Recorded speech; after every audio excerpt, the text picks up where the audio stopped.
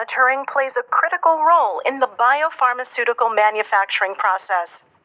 Within any biopharmaceutical manufacturing environment, contamination can have a significant impact on the process, the product, and ultimately the consumer. Environmental monitoring is a critical tool set that ensures the manufacturing environment is maintained within the acceptable levels as defined by the FDA, EU, and other governing bodies. It ensures the product is manufactured in a safe and controlled space free of contaminants. In this course, we will describe environmental monitoring and discuss how environmental monitoring programs work to keep aseptic processing areas qualified for manufacturing processes. We will also review the regulatory requirements, specific parameters relating to the environmental monitoring program, and distinguish between different environmental monitoring techniques and equipment. Environmental monitoring, or EM, is a qualified system for sampling process areas to ensure they are operating within defined parameters. All elements of the environment are sampled, including air, surfaces, components, utilities, and personnel. Environmental monitoring programs provide meaningful information on the quality of the aseptic processing environment, as well as ancillary support areas. The term viable refers to any microbial contaminants that are living, and non-viable refers to non-living particulate contaminants. Environmental monitoring is performed both routinely and non-routinely. Routine monitoring is planned and performed on predetermined sample areas and performed on a regular schedule. Non-routine monitoring can be performed in the event of an investigation into a deviation or to further confirm results. We mentioned that environmental monitoring covers both viable and non-viable contaminants, so let's look closer at what each means. A viable particulate is a living organism such as bacteria, mold, yeast, or spores. A non-viable particulate is non-living matter, such as dust, metal, fibers, or smoke. It is possible that viable organisms could be carried by these particulates. Contamination with either viable or non-viable particulates can affect the sterility of the pharmaceutical product. Therefore, particulates are closely monitored to ensure that the aseptic processing area is within limits. In order to prevent contamination by either viable or non-viable particulates, aseptic processes are conducted in clean zones. Clean zones are defined as spaces where airborne contamination is controlled, and the operations within them are performed in a manner to limit the introduction, generation, and retention of contaminants within the space. A clean zone can be an entire area or a defined space within a clean room. Environmental monitoring ensures that a clean zone remains within contamination limits. The area shown inside the laminar airflow, or LAF hood, or biological safety cabinet is considered a critical area. The FDA defines a critical area as an area in which the sterilized drug product, containers, and closures are exposed to environmental conditions that must be designed to maintain product sterility. While there are engineering controls present to ensure the absence of harmful contaminants in a critical area, the use of environmental monitoring confirms that the systems are working to protect the integrity of the process and sterility of the product. Environmental monitoring should take into consideration the air quality within the clean room under both static or at rest conditions and dynamic or operational conditions. The static monitoring is performed to test the air quality when operations are not underway. The area is evaluated to ensure it is functioning to specification prior to beginning any processes in the area. Dynamic monitoring is performed to test the air quality when process operations are underway and associated personnel are present. The area is evaluated to ensure that it is functioning to specification during operations and with necessary personnel present. Let's begin by exploring why it is so important that we perform environmental monitoring. Environmental monitoring results provide valuable information regarding the quality of the aseptic processing area. Data can be used to help identify potential routes of contamination and lead to the implementation of corrective actions before product contamination occurs. Although a clean room is designed to maintain a specified air classification, it must be continuously verified by meticulously monitoring all air and surfaces. Routine environmental monitoring is a critical aspect of documenting the state of control of the facility and is a legal and codified requirement. Regulatory requirements for environmental monitoring are defined in the U.S. Code of Federal Regulations in 21 CFR Part 211.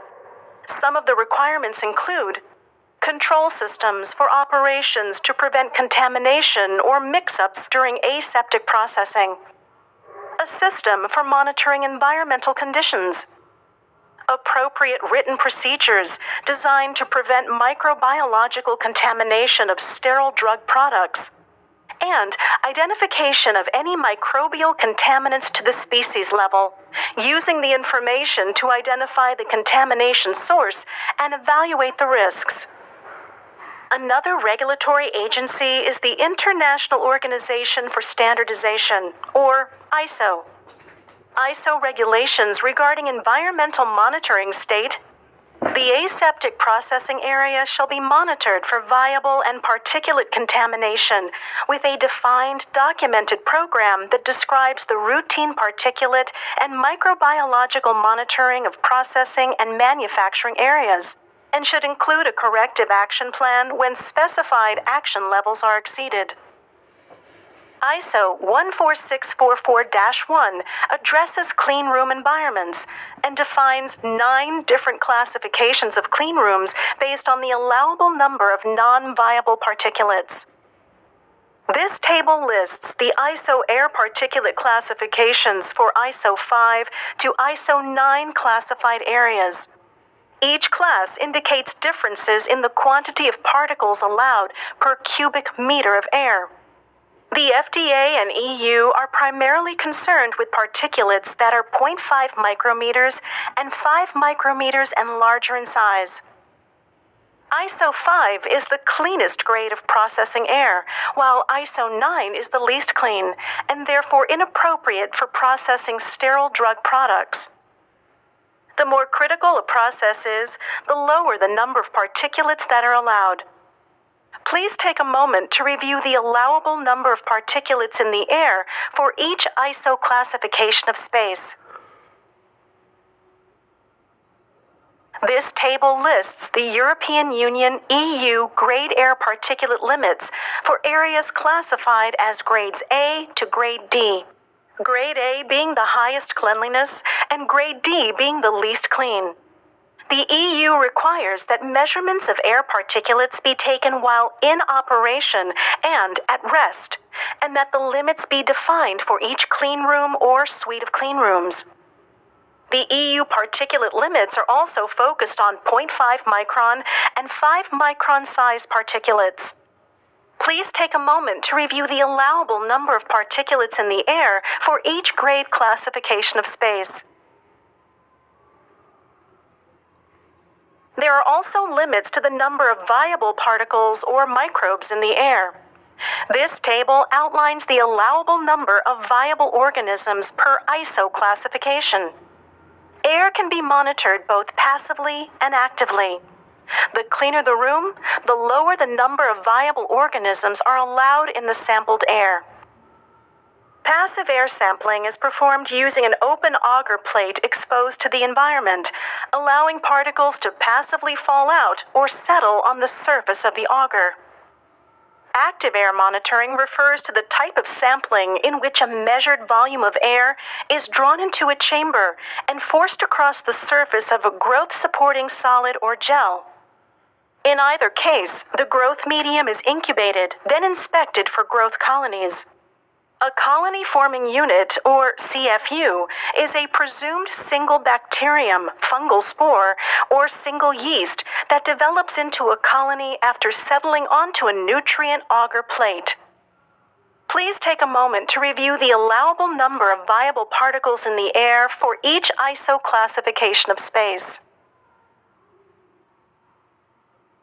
This table outlines the allowable number of viable particles as per the EU air microbial regulations.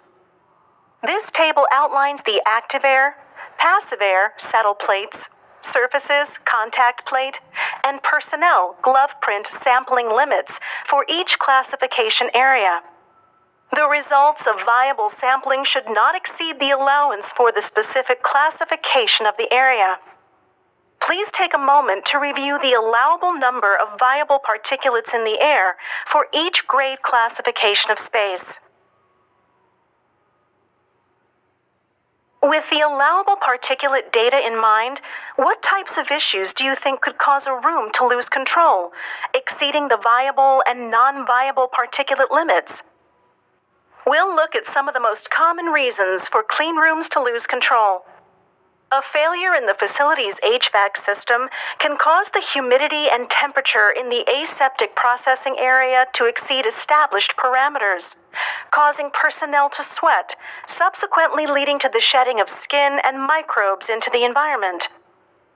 Improper disinfection or sanitization practices, as well as ineffective sanitants, disinfectants, and sporicidal chemicals, can lead to increased microbial flora and eventual contamination of the aseptic process. And last, if operators do not maintain the integrity of the clean room, for example, if they disregard a spill, it can lead to microbial contamination and proliferation. As a result, all components of the aseptic processing areas are monitored to identify these problems before they impact the product. So how will you know when there is a problem? While particulate and viable count limits for clean rooms are recommendations set by regulatory or guidance documents, alert limits are set by each manufacturing facility. Alert limits should be defined by the operation and set to signal a potential drift from normal operating conditions, usually by observing an increase in particulates. Reaching an alert limit may not necessarily require stopping operation, but is often an indication that technicians should monitor a process more closely and perhaps investigate the event. An action limit is a level that signals a definite drift from normal operating conditions and indicates that areas are not under proper control for their intended uses. If particulates exceed action levels, it is an indication that contamination levels have also surpassed alert levels and therefore requires a formal investigation. Following the investigation, corrective action and preventive action, or CAPA resolutions, must be implemented prior to resuming activities. Data collected from environmental monitoring should be trended over time and analyzed. Recognizing gradual drifts in the data can identify potential issues, even before alert or action limits are reached. Trending allows proactive risk mitigation before contamination of product occurs. We've seen that environmental monitoring programs are critical to protecting the integrity of the processing area. We also understand that having an EM program is required by law. So, what goes into creating an EM program? EM programs are specific and therefore will differ from one company compared to another.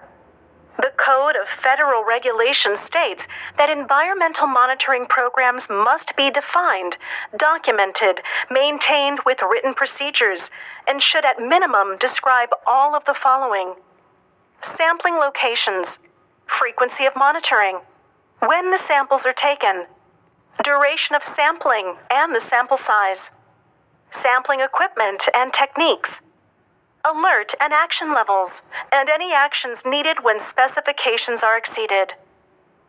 Locations posing the highest microbiological risk to the product should be part of the environmental monitoring program.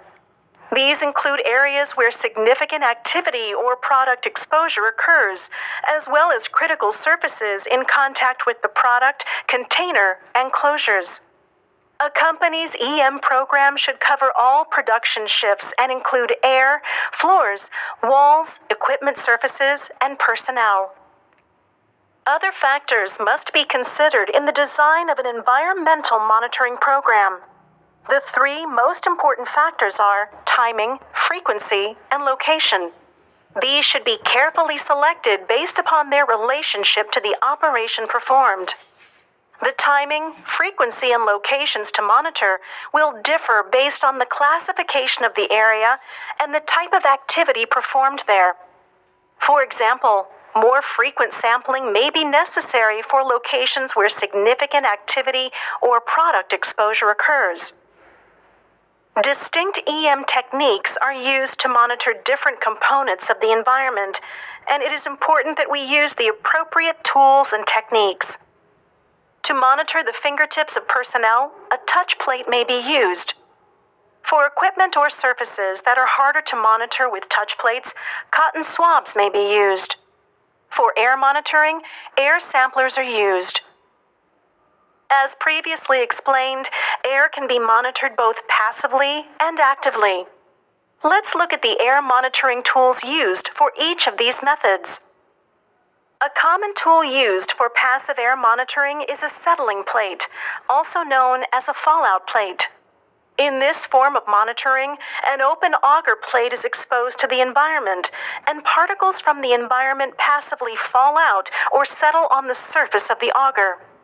Passive air sampling measures the airborne viable particles which could potentially fall by gravity onto critical surfaces. The settling plate can be kept exposed to the environment for up to 4 hours, or as qualified to prevent the auger from losing moisture and drying out, which could make the plate unable to support growth. After the auger plate has been exposed to the environment for the recommended time, the auger plate is incubated for 7 to 14 days at 24 degrees Celsius and 36 degrees Celsius. The resulting colonies from any viable particles that fell onto the auger plate are counted and identified to determine if the area is within microbial limits. Active air monitoring can be performed using either an active particulate device or an active viable device. An active particulate air sampler detects the number and minimal size of particles, but does not differentiate between viable and non-viable particles. Results are obtained immediately for real-time monitoring and control. An active viable air sampler refers to the type of sampling in which a large volume of air is actively drawn into a chamber and forced along the surface of a growth medium, collecting viable microorganisms from the air being sampled. It cannot provide real-time monitoring and control, since the growth medium needs to be incubated for a period of time before viable organisms can be detected. This is an example of an active laser particulate counter. The air is actively drawn through a sample horn and passed through a laser beam. Any particles found present in the environment will scatter the laser light according to its size. The monitor can detect particles in sizes ranging from 0.3 micrometer to 5 micrometers. The counter generates a readout that reveals the size and number of particles in the environment. This is an example of an active viable air sampler. The unit has a sieve on the top through which air is pulled using an internal pump. As air is drawn through the many holes on the cover plate, it gets directed along the surface of an auger plate, which has been aseptically placed inside. Viable particulates present in the environment get evenly deposited across the growth medium. Once the viable particles are deposited on the surface, the growth surface is incubated from 7 to 14 days and evaluated for contamination level. Air can also be monitored using membrane filtration. In this method, air or another gas is forced through a filter on which any potential microbes can adhere. As shown here, the filter membrane is then placed on a growth medium, incubated, and evaluated for contamination level. Floors, walls, product contact surfaces, and equipment used in the manufacturing of pharmaceutical drug products should also be tested on a regular basis. Touch plates, swabs, and contact plates are examples of materials that are used for such tests. Agar plates are generally made using tryptic soy agar, or TSA. Touch plates are also called replicate organism detection and counting, or RODAC plates. The agar media surface on the RODAC plate is domed. The curved nature of the RODAC plate makes direct contact with flat surfaces possible. A contact time of 5 to 10 seconds should be maintained when sampling. After sampling, the RODAC plates are incubated and any resulting colonies are enumerated to determine contamination level. It should be noted that once the operator takes a sample of a surface with the RODAC plate, it is important to disinfect the sampled area to remove any growth medium residue which could support microbial growth and lead to errant contamination.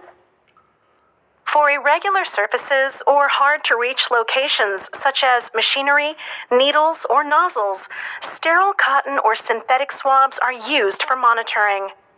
The swab is rubbed over a test surface in a prescribed method. After sampling is complete, the swab is added to a tube with sterile liquid growth medium, incubated, then assessed for contamination. If the growth medium containing the swab turns turbid or changes color after incubation, it is an indication of contamination. The swabbing method is a qualitative method, not a quantitative test. You are simply testing for the presence or absence of contamination and not trying to enumerate the number of bacteria present. What else is monitored for contamination? Much of our discussion has focused on air and surfaces. However, we will now discuss the importance of sampling liquids, steam, and gases. Liquids used in pharmaceutical manufacturing need to be monitored as closely as the air and surfaces in the facility. Process water used in product processing can be considered at high risk for microbial endotoxin contamination. Therefore, water is tested daily to prevent endotoxin-contaminated water from entering the final product.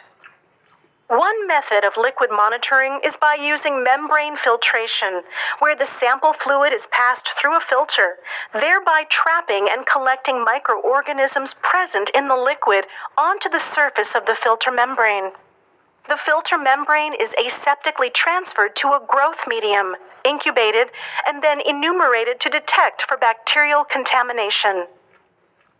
Any gases that have product contact will also have to meet certain particulate and viable requirements, requiring facilities to demonstrate the sterility of those gases. Some of these gases which must be monitored include instrument air, process air, and gases such as oxygen, carbon dioxide, nitrogen, argon, methane, and ozone. Product contact gases must be tested for total particulates, residual hydrocarbons, oils, and moisture, dew point. Compressed gases should be of similar or better quality than the clean room air where the gases are used. The gases must be tested to ensure they meet room specifications. Steam is used in sterilization processes for various pharmaceutical applications. Therefore, the quality of the steam feeding an autoclave or other steam-in-place SIP system is incredibly important. Steam that is supplied to autoclaves or other processes must be monitored. Some microbes are heat tolerant and can survive the high heat conditions in steam systems. Cooler locations resulting from pooled condensation facilitate greater microbial survival and increased risk. The steam is sampled using a portable condenser that condenses the steam back into a liquid. Like other liquids, the resulting condensate is tested for contamination using membrane filtration. Personnel are monitored regularly to ensure that gown integrity is maintained. In many companies, operators are monitored after completing aseptic operations, but prior to leaving the clean room, as one of the last steps of the process. Several locations on personnel are monitored using an auger contact plate. Monitoring of gloved hands following an aseptic operation is required under both EU and ISO regulations. Other locations selected for personnel monitoring will vary between companies and can include locations such as the hood, arms, and torso. In summary, EM is a quality-driven program that determines the acceptability of air, surfaces, and personnel engaged in aseptic manufacturing according to established specifications, and also helps demonstrate that a facility is under a state of control. Environmental monitoring activities may be performed by manufacturing personnel or the quality unit, as long as there is independent oversight and conflicts of interest with the monitoring and reporting of results are minimized. Environmental monitoring covers a crucial set of tools, processes, and guidelines that help control, monitor, and ensure the manufacturing environment is maintained within acceptable production limits. The topics and concepts covered in this course are intended to provide a foundation for your coursework, your success in this industry, and most importantly, the safety and efficacy of the products you produce.